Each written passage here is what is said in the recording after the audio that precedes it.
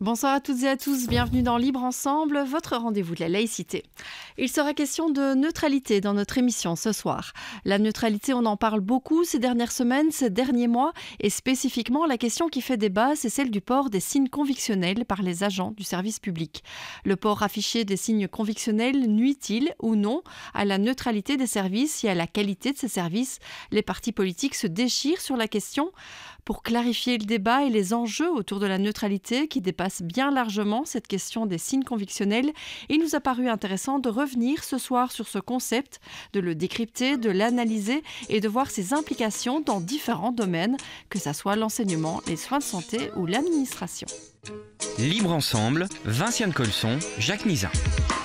Et pour tout savoir sur ce concept de neutralité, j'ai le plaisir d'accueillir en studio Thomas Gillet. Bonsoir. Bonsoir. Vous êtes maître assistant en philosophie à la Haute École de Bruxelles-Brabant, où vous formez notamment les futurs professeurs à la neutralité. Et vous avez été vous-même professeur de morale en secondaire. Et j'ajouterai que vous êtes collaborateur scientifique au Centre interdisciplinaire d'études des religions et de la laïcité de l'ULB. Alors Thomas Gillet, ma première question, elle est large et en même temps, c'est vraiment la question qui va nous occuper ce soir. La neutralité, c'est quoi ? Eh bien alors c'est un concept qui est effectivement à la fois très simple et complexe dans ses implications. Souvent on a tendance à le définir par ses implications, alors qu'il faudrait essayer d'en donner une définition positive et conceptuelle. Moi je propose toujours de définir la neutralité comme la qualité de ce qui ne produit pas d'effet. On pense par exemple à une couleur neutre, à un goût neutre, sur quelque chose qui en fait ne produit pas d'effet sur son environnement. Alors, il y a deux conséquences à ce postulat. C'est dans un premier temps que la neutralité absolue, en fait, ça n'existe pas, ou c'est inatteignable, puisque presque tout produit des effets, même potentiellement des effets infimes. Et par conséquent, il faut considérer que la neutralité est graduelle en fait, et progressive. On est plus ou moins neutre, mais on n'est jamais absolument neutre. Ça, c'est un premier constat. Et le deuxième constat, c'est que la neutralité va être contextuelle, c'est-à-dire que en fonction des contextes, quelque chose va être neutre ou ne va pas l'être. Je prends souvent cet exemple-là parce que je trouve qu'il est assez illustratif. Si vous vivez dans une société où les conventions sociales font qu'on s'habille de manière sombre lorsque l'on va à des funérailles, s'habiller en noir quand on va à des funérailles, ça ne va pas produire d'effet. Ça va être une apparence, une couleur neutre, une couleur de vêtements neutre. Si en revanche vous allez à un carnaval où les conventions sociales font qu'il faut s'habiller de manière très très colorée et que vous y allez habillé en noir, à ce moment-là, au contraire, ça va produire un effet, ça va étonner les gens de voir que vous êtes habillé de cette couleur-là, et donc à ce moment-là, on pourra considérer que ce n'est pas neutre dans ce contexte-là. Donc, il y a deux choses à retenir à mon sens, c'est donc la neutralité, c'est la qualité de ce qui ne produit pas d'effet, ça veut dire donc que cette neutralité est relative et jamais absolue, et d'autre part qu'elle est contextuelle et qu'on va pouvoir, en fonction des contextes, être neutre ou ne pas l'être. Oui, non, mais ça ne veut pas dire... parce que vous dites effectivement la neutralité n'est donc pas... Il n'y a pas de neutralité absolue, mais ça ne veut pas dire pour autant qu'elle n'existe pas. Parce que certains vont dire, oui, mais alors il n'y a pas de neutralité, ça n'existe pas la neutralité. Mais non. Effectivement, mais donc on va avoir des apparences qui sont plus neutres que d'autres, des actions qui sont plus neutres que d'autres, des propos qui sont plus neutres que d'autres. Et il va falloir évidemment déterminer et baliser cette graduation. Mais effectivement, il y a une recherche de neutralité et en fait de neutralisation de certains effets, parce qu'en fait c'est de cela qu'il s'agit lorsque l'on parle de la neutralité appliquée à des comportements, parce qu'en fait c'est surtout de ça qu'il s'agit, c'est comment est-ce qu'on va neutraliser certains effets de nos actions, parce qu'on va les juger indésirables dans tel ou tel contexte. Alors je prends l'exemple de l'enseignant, c'est souvent cet élément-là qui est présenté. J'ai tendance souvent à considérer que si vous êtes quelqu'un d'impatient ou de colérique, ça fait partie de votre identité, vous êtes une personne qui est plutôt impatiente, on va vous demander, lorsque vous êtes enseignante, par exemple, de neutraliser ces aspects de votre identité-là, parce que, un prof colérique et impatient, c'est pas nécessairement très productif sur le plan pédagogique. Donc, il y a un certain nombre de choses qui vont, de certains mouvements qui vont nous demander de neutraliser certains aspects de notre identité, de nos comportements, parce qu'on recherche un but. Et dans le cas, de l'enseignant, c'est amener l'élève à la maîtrise des compétences, à l'autonomie, etc. Donc on va voir qu'il y a certains aspects de nos comportements et de nos identités qui qui vont être jugés comme produisant des effets indésirables sur l'acte d'enseigner, mais on va pouvoir retrouver ça dans les actes de soins, par exemple, également. Donc, effectivement, on ne pourra jamais être totalement neutre, parce que dans une action, et lorsqu'on enseigne, on cherche à produire des effets. Donc, mais il y a des effets qui sont positifs pour l'acte d'enseigner et des effets qui sont négatifs. Et donc, on va nous demander de neutraliser les aspects négatifs pour se concentrer sur les aspects positifs et sur les effets positifs. Donc, effectivement, la neutralité n'est pas absolue, parce que sinon ce serait l'abstinence, enfin l'abstention complète, et même une forme d'abstention complète peut générer certains effets. Donc dans tous les cas, il faut donc réfléchir à la neutralité sur la question des effets produits par les comportements de ceux qui sont censés être neutres ou avoir un comportement neutre. Ouais. Alors, beaucoup distinguent, quand on parle de neutralité, la neutralité d'apparence, la neutralité des paroles et la neutralité des actes. Est-ce que vous êtes d'accord avec cette distinction en trois paroles, apparence et actes ? Alors oui et non, je suis d'accord que c'est intéressant de pouvoir les distinguer si on veut pouvoir les expliquer, parce qu'effectivement des propos et l'apparence, ça n'a pas nécessairement les mêmes effets, mais par contre je considère que l'apparence, en tout cas pour une partie de l'apparence, et les propos, ce sont des actes. Lorsque l'on parle, on agit. Lorsqu'on s'exprime, on produit des effets. D'ailleurs, c'est ce qu'on cherche à faire, et notamment quand on enseigne, quand on présente des choses, à ce moment-là, on cherche à produire des effets.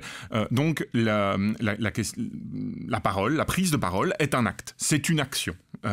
Et donc, je pense que considérer que les propos ne seraient pas des actes, c'est à mon avis une erreur, surtout dans le cadre notamment de l'acte d'enseigner, mais on peut retrouver ça dans d'autres cadres de service public. Enfin, j'imagine qu'on y reviendra par la suite.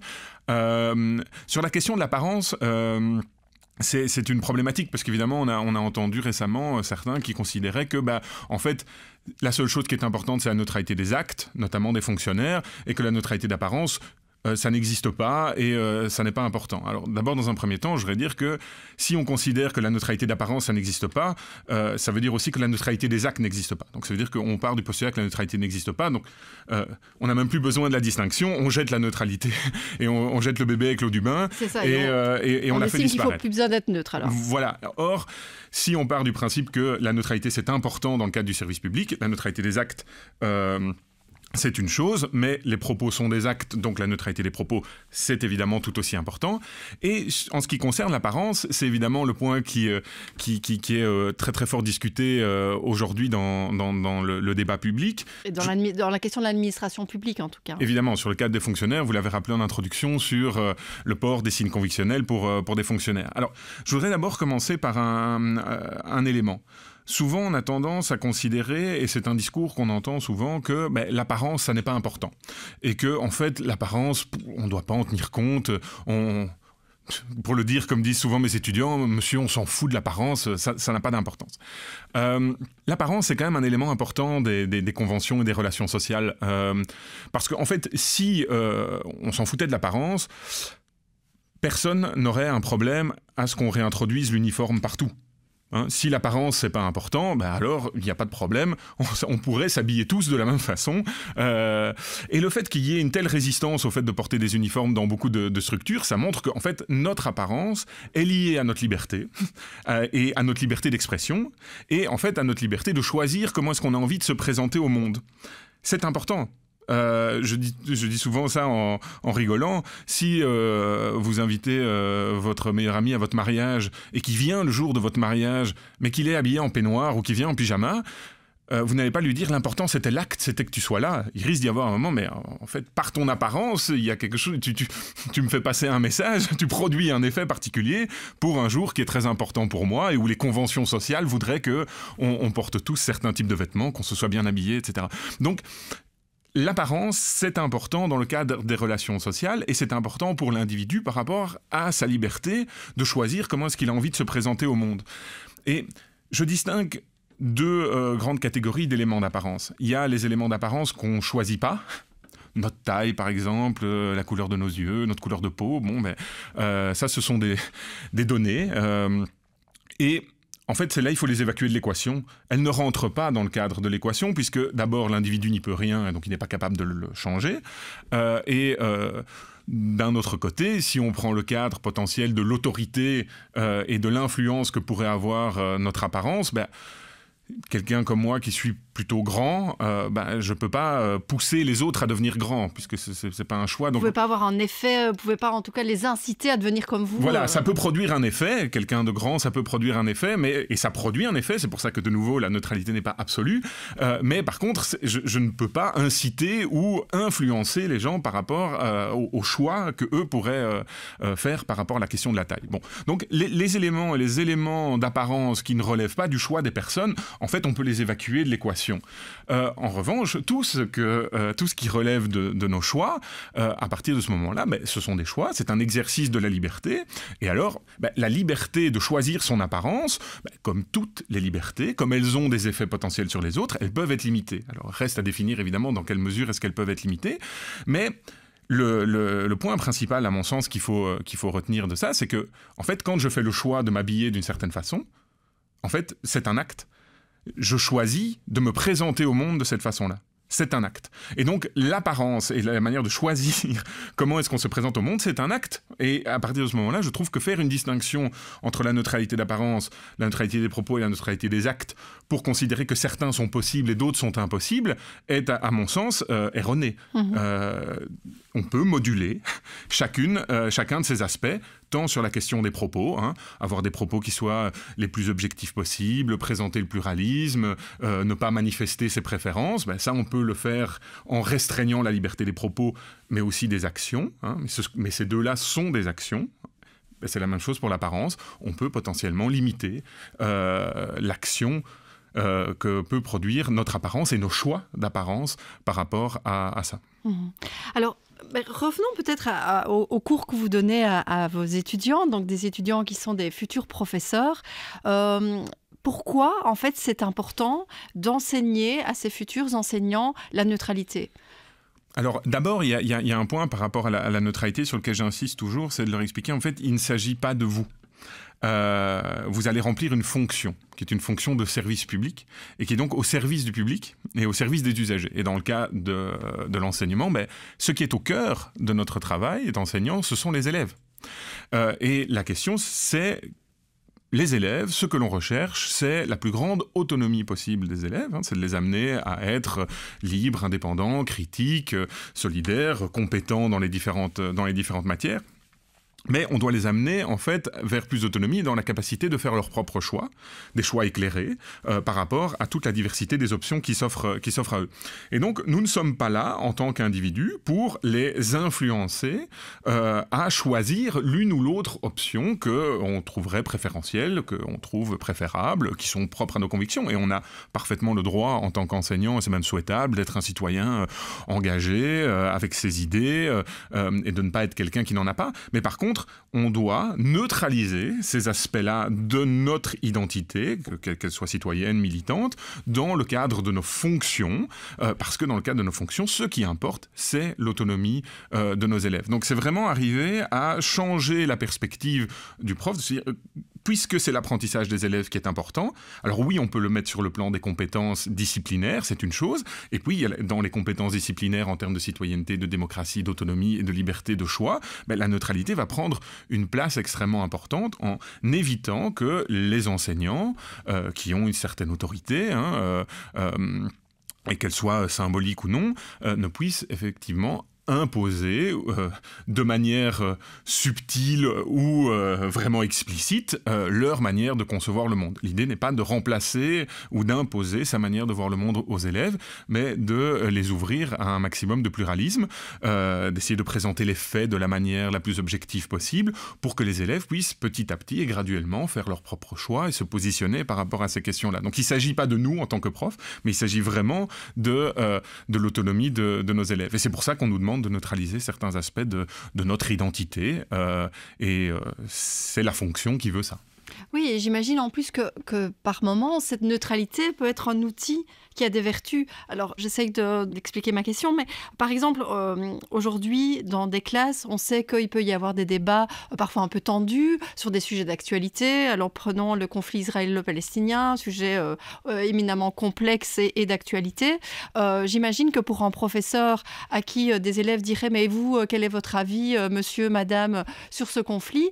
La neutralité peut du coup être un outil pour ne pas avancer ses propres opinions, mais laisser les étudiants et les élèves se construire leur propre opinion. Alors effectivement, évidemment le conflit israélo-palestinien cristallise évidemment quasiment toutes les caractéristiques du sujet compliqué à traiter à l'école.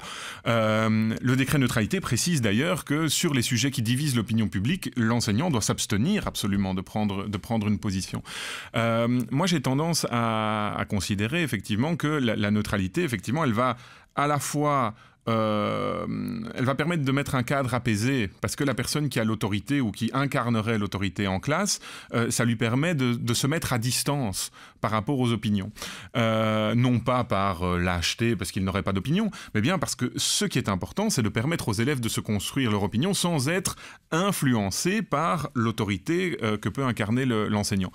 Donc, évidemment, on pourrait passer longtemps à expliquer comment est-ce qu'il faut aborder la question du conflit israélo-palestinien en classe, mais l'important est tel que c'est précisé dans la question, dans le décret d'ailleurs, il faut présenter les faits de la manière la plus objective possible, même sur un sujet très complexe, donc il faut prendre du temps. On sait que, malheureusement, pour traiter de ce genre de sujet, il n'y a pas beaucoup d'espace dans le temps scolaire, et notamment dans le cours de philosophie-citoyenneté, qui est encore limité à 50 minutes, et il en faudrait beaucoup plus pour pouvoir traiter de tous ces sujets complexes. Mais c'est important de pouvoir présenter les faits de la manière la plus objective possible, et puis de présenter la diversité des positions et des motivations des différentes parties dans un conflit ou dans une situation complexe. Et ça permet, en fait, en mettant à distance, en présentant le point de vue historique, les enjeux politiques, les enjeux géopolitiques, les enjeux stratégiques en termes de ressources. Enfin, c'est un conflit vraiment très, très complexe, mais donc de prendre le temps, en fait, de se refonder sur la question des faits objectifs, puis sur les questions de droit, notamment de droit international, et de pouvoir présenter les choses et où se situe la controverse dans certains cas. C'est vraiment un point qui est très important parce que ça permet vraiment cette mise à distance, ce recul réflexif que les élèves vont pouvoir avoir sur la situation, sur leurs présupposés, sur leur représentation initiale, et de mettre cela à distance. Et vous savez, en cas de conflit, moi, je raconte souvent cette anecdote lorsque je donne cours. Moi, j'ai eu le cas, et c'était pas le conflit israélo-palestinien, mais j'avais des élèves en secondaire qui étaient fans de football, et la classe était divisée entre les supporters du Real Madrid et du FC Barcelone. Et je me souviens qu'au moment où je trouvais ça tellement anodin et anecdotique que j'avais dit quel club je supportais parmi ces deux-là, et que ça avait eu une influence très très néfaste sur ma gestion de la classe, parce que certains se sont identifiés à moi en disant « Ah, mais il est avec nous ». Et d'autres, au contraire, il ne me traite pas comme les autres parce qu'il supporte l'autre club. Alors évidemment, ça peut prêter à sourire parce qu'on parle de football. Donc imaginez, si on prend des positions politiques ou des positions religieuses dans une classe, à quel point potentiellement ces critères d'identification ou de rejet peuvent avoir une influence très très néfaste sur la gestion du groupe. Moi, j'ai tendance souvent à utiliser cette métaphore, ça va faire 2 fois que je parle de football, je suis désolé, mais imaginez un arbitre de foot qui porte le maillot d'une des 2 équipes qu'il est occupé à arbitrer. Même s'il arbitrait sans faire une seule erreur, il y aurait une suspicion de la part de l'équipe, des supporters, des spectateurs, qu'il n'est pas impartial, qu'il a potentiellement favorisé une équipe plutôt qu'une autre. Et donc c'est un véritable enjeu, en fait, la question même de l'apparence, de comment est-ce qu'on se présente, et de ce que l'on va manifester comme préférence dans le cadre de ses fonctions, surtout quand on est le gardien du règlement, qu'on a une autorité en plus en termes de matière, de connaissances, que l'on peut présenter aux élèves. Donc je pense que c'est vraiment important. Alors évidemment, moi je parle ici beaucoup de la question de l'enseignement. Mais je pense que cette question de mise à distance et de pouvoir essayer de présenter de la manière la plus objective possible les possibilités pour permettre l'autonomie, on peut le retrouver par exemple dans les soins de santé. Quand on parle de la question de la liberté du patient, du consentement libre et éclairé aux soins, en fait on ne parle pas d'autre chose. il y a une possibilité et le corps médical est censé présenter toutes les options possibles par rapport à de la manière la plus objective possible, la situation au patient pour permettre au patient de faire un choix libre et éclairé et de ne pas être en tant que corps médical par rapport à ses préférences, de dire bah voilà, moi je pense que, imaginez par exemple dans le cas de l'euthanasie, à quel point si un médecin ou une infirmière ou un infirmier vient en manifestant très clairement une conviction qui serait opposée à l'euthanasie, à quel moment est-ce qu'il y a une forme de crédibilité dans le fait qu'il dit bah en fait c'est votre propre choix mais je le désapprouve déjà en le manifestant dans mon apparence, c'est quelque chose qui va potentiellement limiter l'autonomie. Je pense que c'est la même chose dans une classe. Si un prof manifeste en permanence une certaine préférence, il risque de limiter l'autonomie des élèves, leur capacité à s'exprimer, à s'opposer à lui et à construire potentiellement leur propre opinion et leur propre autonomie. Oui, et c'est vrai que vous parliez des soins de santé. Le CAL, donc le Centre d'action laïque, a réalisé une enquête récemment avec le service laïque d'aide aux personnes sur le prosélytisme dans les soins de santé. Et donc c'est une enquête qui est vraiment basée sur des témoignages et qui doit encore être étoffée. Mais certains témoignages vraiment, je trouve résonner vraiment avec ce que vous dites parce que on a des personnes qui ont dit voilà, il y a des infirmières qui ont alerté à un moment une famille d'une patiente parce que celle-ci avait demandé l'euthanasie, qui ont essayé de convaincre la famille de la patiente de la faire changer d'avis, qui ont fini par traiter la famille d'assassin parce que cette demande d'euthanasie avait été validée. Donc là, clairement, on a un manque de neutralité qui a eu un impact sur le patient, en l'occurrence. Oui, et sur sa famille et sur la fin de vie. Et donc, c'est une situation qui est absolument dramatique, en fait, et où on se rend compte que la volonté de certains est... qui peut apparaître comme étant bienveillante, parce que je suis certain que ces personnes-là, dans leurs convictions profondes, il faut protéger la vie, c'est très important, et donc je ne pense pas qu'il y ait une volonté de nuire, je pense qu'ils le font vraiment au contraire, dans un esprit de bienveillance à l'égard des personnes. Mais, puisqu'ils sont uniquement dans leur prisme et dans leur manière de voir, ils cherchent à l'imposer aux autres. Et à partir de ce moment-là, ils restreignent la liberté des autres, ce qui est évidemment tout à fait problématique. Et dans ce cas-ci, en plus de ça, la liberté a quand même pu s'exprimer, mais par contre les conditions dans lesquelles l'euthanasie s'est passée et les conditions dans lesquelles la famille a dû affronter ça a dû être extrêmement violentes. Donc en fait on leur a d'une certaine façon dénié des droits. On leur a dénié ce droit de mourir dans la dignité avec le respect de leur choix et leur choix libre et éclairé que eux seuls vont assumer. Donc je pense que là il y a vraiment un travail important à faire d'encadrement des équipes médicales pour rappeler que c'est au patient de faire le choix qu'il a envie de faire de manière libre et éclairée. Et je pense que le parallèle avec l'enseignement est évident. Je suis certain qu'il y a plein de profs qui, de manière bienveillante, se disent « Mais moi, c'est pour ton bien que je te dis ça. » Ou que je te dis que c'est comme ça qu'il faut penser, parce que moi, je pense que ça, c'est bien. Et en faisant ça, on limite, en fait, l'exercice de l'autonomie des individus, que ce soit les élèves, que ce soit les patients, parce qu'en fait, il y a une asymétrie même, parce qu'on parle évidemment des patients qui sont en fin de vie, ils sont dans une situation de vulnérabilité. Et donc, le rapport de force entre la personne qui est en position de donner les soins ou de ne pas les donner, ou bien du professeur qui va pouvoir noter ses élèves, les faire réussir ou pas, même si il y a quand même des critères qui permettent d'objectiver une réussite ou pas, mais il y a quand même toujours cet élément de rapport de force qui est asymétrique. Et c'est précisément cette asymétrie qui oblige la personne qui est dans la situation de détenir un certain pouvoir, symbolique ou non, de s'abstenir de manifester ses préférences ses préférences convictionnelles, qu'elles soient politiques, religieuses, philosophiques, parce que ce qui est en jeu, je le répète, c'est l'autonomie de l'usager. C'est le respect de l'exercice de ses droits et de ses libertés et la garantie effective et symbolique de l'égalité de traitement. Et je fais souvent une anecdote parce qu'on dit souvent que le port des signes convictionnels, oui, mais c'est symbolique. Mais les symboles, c'est important. Les symboles, c'est une manifestation. Ça rend quelque chose concret. En fait, ça rend présent la conviction des personnes qui l'affichent. Elle est présente dans la discussion, elle est présente physiquement sur le lieu où l'acte va être posé. Et donc, il faut quand même mesurer que dire c'est symbolique ou c'est anecdotique, Ça peut l'être pour certaines personnes qui ne sont pas sensibles à la symbolique.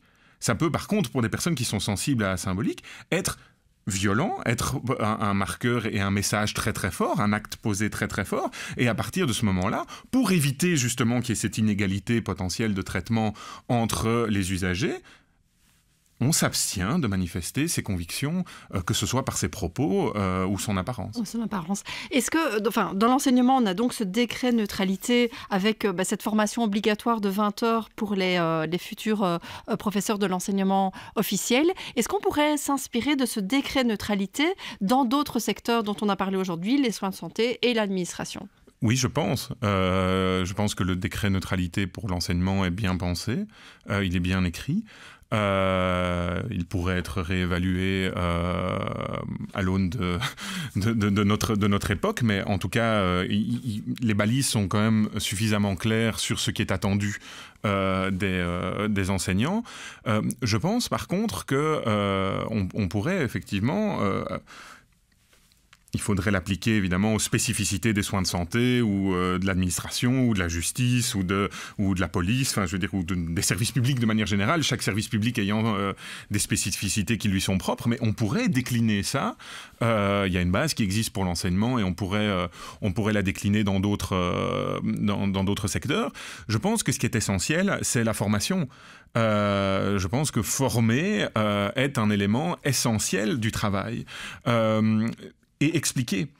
J'ai souvent une anecdote à cet égard. Une de mes étudiantes qui porte un signe convictionnel suivait la formation en neutralité et on en a parlé justement de la question de l'apparence. Elle est venue me voir à la fin du cours en me disant « Merci monsieur ». Je dis « Pourquoi merci ?» Elle m'a dit « Mais c'est la première fois que quelqu'un m'explique concrètement pourquoi est-ce qu'on me demande de retirer mon signe convictionnel, que ce soit en stage ou que ce soit pour certains jobs. Elle avait postulé notamment pour être jobiste dans une administration communale et on lui avait dit « On ne vous engage pas parce que vous portez un signe convictionnel ».